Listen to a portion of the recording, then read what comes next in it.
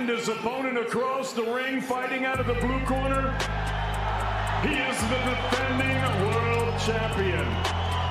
He wears maroon with blue and gold trim. He scaled at the lightweight limit of 100. Undefeated IBF, WBO, WBA, WBC franchise, and Ring Magazine lightweight champion of the world, the Takeover, Teofimo Lopez! Wearing gray trunks with gold trim, he brings a perfect record into the ring. Way of knockout. He is the 2016 Olympic silver medalist, the former featherweight champion of the world, the reigning and defending Protect yourself at all times. Keep this fight clean at all times. And what I say, you must obey. Good luck, touch him up. Hating on a mistake. Oh, and right now, see the. Oh, there it is. Offense. Oh, there's a good left hand from Shakur Stevenson as came straight in. Shakur Stevenson filled that gap. What he's doing. Good Right shot. hand from Lopez. Oh. He lunges in. Hand that went low moments ago. You saw Shakur. The opening bell sent Teofimo Lopez and Shakur Stevenson straight into a cerebral chess match, where every inch of space was negotiated and every punch felt like a message. Shakur took early command, flicking that sharp southpaw jab, less to score and more to base. Filled that gap. What he's doing. Good Right shot. hand from Lopez. He lunges in. Hand that went low moments ago. You saw Shakur's reaction to Kenny Bayless. Beating him with the straight left hand. Oh, and there's a knockdown scored with the left hand. Pinpoint accuracy. Stevenson scores the knockdown early in round 6. I think it was more. Skating just beyond Teo's range and forcing constant resets, Teofimo stayed calm, refusing to bite, prowling forward with heavy feints. Good shot. With the right uppercut. Switch hitter comes in behind that jab and around with that right hand. It was mostly blocked. There's an uppercut on the inside. He's just trying to use that as a rangefinder. He's looking for the uppercut and the combinations. He just threw it. He's not liking it at all. He'll get frustrated. He will commit. Coiled hips, and the patience of someone waiting to detonate. And when he finally did, the building shook. Some rounds felt surgical, with Shakur ghosting shots by fractions, stepping offline and tapping Teo with crisp counters that made the contest seem almost scholarly. Himself and go back to his old. Slow him down to the body. Keep him up, keep him up. He got Shakur standing still. Side again. Trying to cut. Shot over the top besides that left hook. It's puzzled by the miss on the clock. As he just came out south. Then, without warning, Teo would hijack the rhythm, bursting inside with sudden flurries, backing Shakur toward the ropes, and slamming hooks that snapped the illusion of safety. Around the middle frames, the fight subtly turned. Shakur Stevenson filled that gap. What he's doing. Good Right shot. hand from Lopez. He lunges in. Hand that went low moments ago. You saw Shakur's reaction to Kenny Bayless. Beating him with the straight left hand. And there's a knockdown scored with the left hand. Pinpoint accuracy. Stevenson scores the knockdown early in round 6. I think it was more. Shakur invested downstairs, drawing Teo's guard high before sneaking punishment to the body, while Teo answered with grit and force, leaning in, muscling him, and Whatever you want to put up. I bet that you can. No, say it, say it, say it, say it. I bet that your mouth what can you fit. Say all what through you my. bet. I would smack this. I smack this. What'd you just say? Hey. You're gonna feel like a foot in your mouth. You're gonna feel like a foot in your mouth. You're gonna feel like a foot in your mouth. Come on, man. You know Hey, that, man. hey, to all y'all, when do you? Hey, when does everybody consider I would leaving? smack the out of Leaving you, the in your mouth. Hey, I would smack the out of you. Like, yo, he's an acrobat. Let's now go, he's in the champ. throwing like every punch carried intent. The momentum seesawed in flashes, never settling, as if both men were stealing seconds and rounds on instinct. Down the stretch, it boiled into resolve against refinement. Shakur stayed ice cold, picking moments, managing his gas while Teofimo pressed.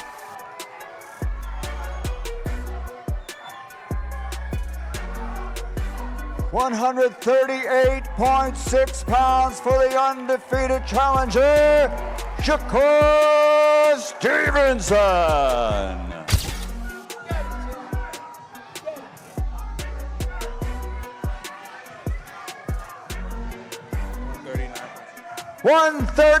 139.6 for the reigning and defending champion.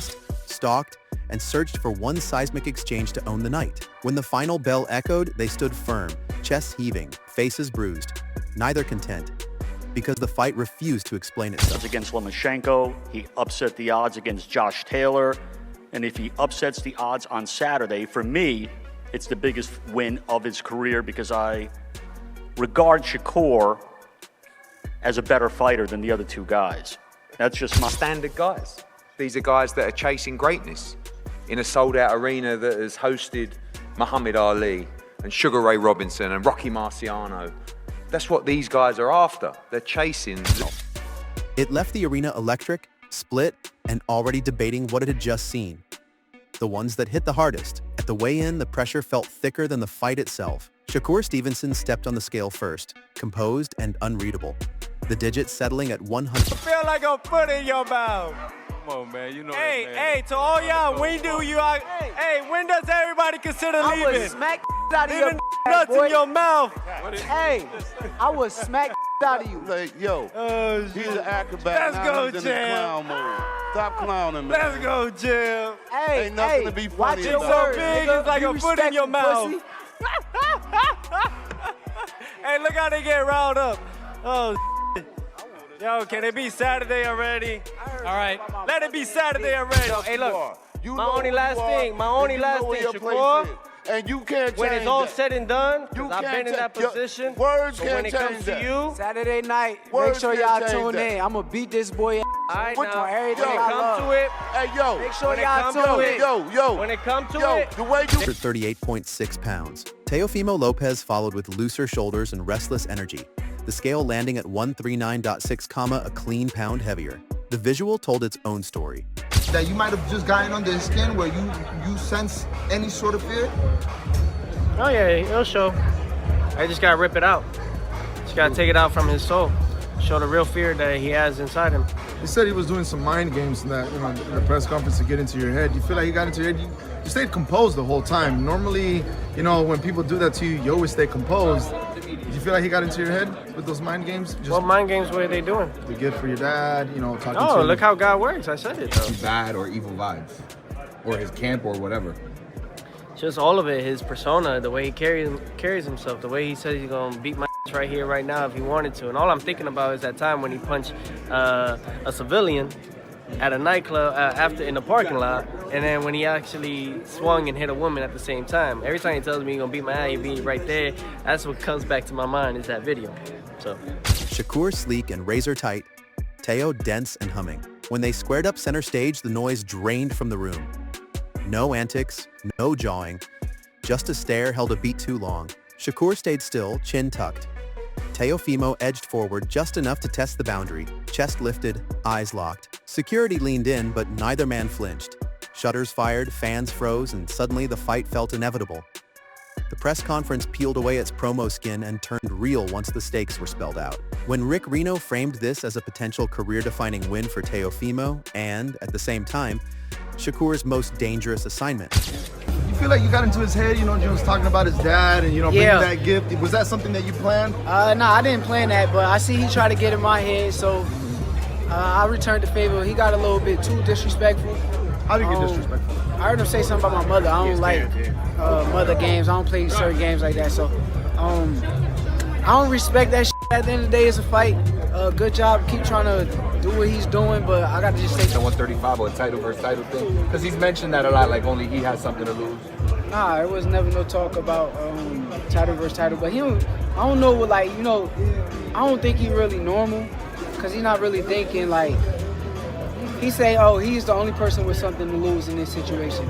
But same way his life on the line, my life on the line too, so I don't look at it that way. I can't see how he's the only person. The energy shifted. That was the moment it stopped sounding like hype and started sounding like consequence. Eddie Hearn drove it home, stressing that money wasn't the motive for either fighter. This was about legacy. Two men in their prime choosing danger over comfort and choosing Madison Square Garden because history doesn't get made in safe rooms. Then James Prince struck the match, joking that Shakur would deal with Teo before sliding into personal shots, and the temperature spiked instantly. Teofimo. A lot of people keep asking me why I retired. When you've been doing this sport since you was 7 years old, and I'm 37 at the time, well 38 when I retired, you know, that's 30 years, bro.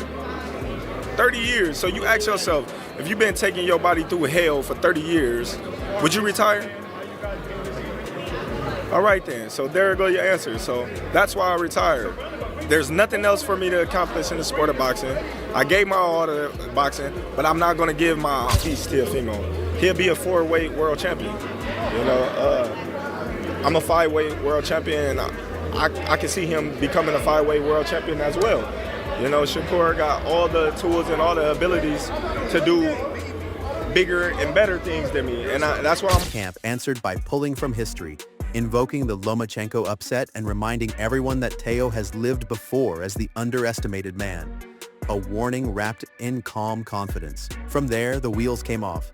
Side bets, insults, family jabs, voices stacking on top of each other until it felt less like promotion and more like open hostility. Shakur eventually reset the room by explaining why he brought hundreds of kids from New Jersey, a grounded moment that made the earlier chaos feel even louder in hindsight. He reinforced it by saying the fight wasn't personal and that emotion is a liability, revealing just how methodical his mindset is. Teofimo closed the night differently, quiet, steady, almost serene, saying he's never been clearer mentally or spiritually, calling himself locked in and promising only to win, a line that lingered longer than any insult. And after that press conference spun from legacy talk into full-blown psychological warfare, Teofimo slid to the side mic and somehow turned the chaos into fuel. What stood out wasn't the trash talk, but how he framed everything as alignment, energy, timing, fate, like he's battling the moment as much as the opponent. When he brushed off claims about bringing family into it,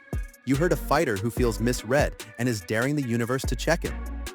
Then came the stare-down talk, Teo saying he saw evil in Shakur's eyes, and whether you buy it or not, it reveals his headspace. This isn't just about to him, it's purpose versus persona. The most telling moment was when he spoke about his father's absence without defensiveness, just clarity. That's Teo at his most dangerous, calm and centered. When he laughed about rattling Shakur in the face-off and called it a game, it felt playful, but there was intent underneath. He likes to disturb stillness and watch the reaction. The line that mattered most wasn't about explosions on fight night. It was when he said the first punch changes everything. That's a fighter who believes momentum is currency and plans to spend it early. And when he refused to reveal a single game plan, saying there are many, it didn't sound like bravado. It sounded earned. Teofimo here is contradiction embodied. Part thinker, part trickster, part pressure cooker, smiling one moment, deadly focus the next. You don't have to accept every word, but you can't dismiss them. This wasn't a warning shouted for attention. It was one delivered quietly with certainty, and those tend to land the hardest. And coming straight off Teo's spiritual warrior soliloquy, Shakur Stevenson walks in with an entirely different climate, like the room snaps from wildfire to liquid nitrogen. What stands out is how Shakur doesn't argue with the chaos, he compresses it. When he says Teo tried to get in his head and he returned the favor, it isn't emotional, it's transactional. Action, reaction, ledger, balanced. He's saying, I'll meet you where you step, but I'm not moving in. And when he draws that firm boundary around family, especially mothers, you hear the structure beneath the calm. There are rules to how he fights mentally, and Teo crossing them only reinforces Shakur's belief that discipline outlasts noise. His talk about camp is ice cold too, keeping Teo in his thoughts for 12 straight weeks, learning to live in discomfort, giving up family time. That's not bravado, that's routine for someone who treats boxing like a craft, not an event. Then he mentions Terence Crawford and everything locks into place. When Shakur says, this time I'm gonna listen, that's chilling. We already know how dangerous he is improvising. Now he's telling you he's adding obedience to his IQ. That's a software update nobody wanted. I also clocked how he reduces Teo's past wins to situational math, not fear, stripping mythology down to variables. And when he talks about anger as something you store and deploy on fight night, that's veteran language from a young man. No speeches about fate, just utility. Even the pound-for-pound talk feels clinical. Top 4, not top 1. Positioning, not fantasy. His energy is pressure without panic. Teofimo Lopez sounds like he's wrestling the universe. Shakur sounds like he's solving a problem. History tends to favor the latter more often than people admit. And right as Shakur finishes laying out that frozen, disciplined mindset, Crawford steps in and shifts the whole conversation from fight week friction to legacy-level reflection, and the tone changes completely. Bud isn't speaking like a man itching for one more run. He's talking like someone who already settled accounts with time. When he explains walking away after 3 decades of damage, it doesn't sound like avoidance, it sounds like arithmetic. A fighter who added up the cost and realized the bill was already paid. I love how he kills the comeback fantasy with one simple question. Who would I fight? Not arrogant, just factual. That kind of clarity is dangerous. Then the Teofimo Sr. moment comes up and Bud doesn't rise to it. He labels the antics for what they are and keeps it pushing. Grown man energy. Sell your bout, don't try to sell me. But the real weight lands when he talks about Shakur being next. No hesitation. He says when Shakur beats Teo, he's a 4-division champion with the tools to go even further. That isn't hype. That's a roadmap being passed down. And notice the lack of insecurity. Bud isn't threatened by the next era, he's proud of it. Then he casually likens himself to all 4 kings in one breath. Southpaw instincts like Hagler, movement like Leonard, inside work like Duran, range like Hearns. And it doesn't sound wild because the resume supports it. What lingers most is how he describes retirement. Relief braided with grief. Happy the suffering is over. Sad to leave his first love behind. That isn't a quote for clicks. That's the tax of greatness spoken out loud. When Bud says boxing is still climbing and we'll see where it goes next, it feels like a torch pass without ceremony. Shakur's locked on Saturday. Bud already finished his chapter. Same book, different pages. And you can feel the weight of that contrast hanging in the room. So when you zoom out and stack everything together, the fight that felt like a live strategy lab, the weigh-in stare that spoke louder than any trash talk, the press conference that slid from legacy discussion into full psychological warfare. Teofimo Lopez framing this as destiny and alignment, Shakur Stevenson treating it like a controlled operation, and Terence Crawford standing above it all like the final boss who already cleared the game. You realize this wasn't just one event. It was layers. Styles colliding, mindsets crashing, generations overlapping. Nothing felt neat or resolved, and that's exactly why this matchup landed the way it did. One fighter believes in momentum, chaos, and force of will. The other believes in discipline, restraint, and timing.